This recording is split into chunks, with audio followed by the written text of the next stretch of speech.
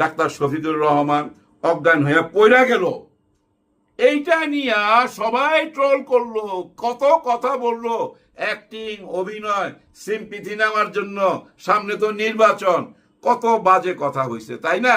তারপরে শুনলাম ওনার 5টা ব্লক, এরপর অপারেশন হইলো, আলহামদুলিল্লাহ উনি এখন সুস্থ, ভালো। দেখেন, রাখে আল্লাহ মারে কে। এখন দেখেন একটা সুন্দর কথা বলি, কাদের জন্য?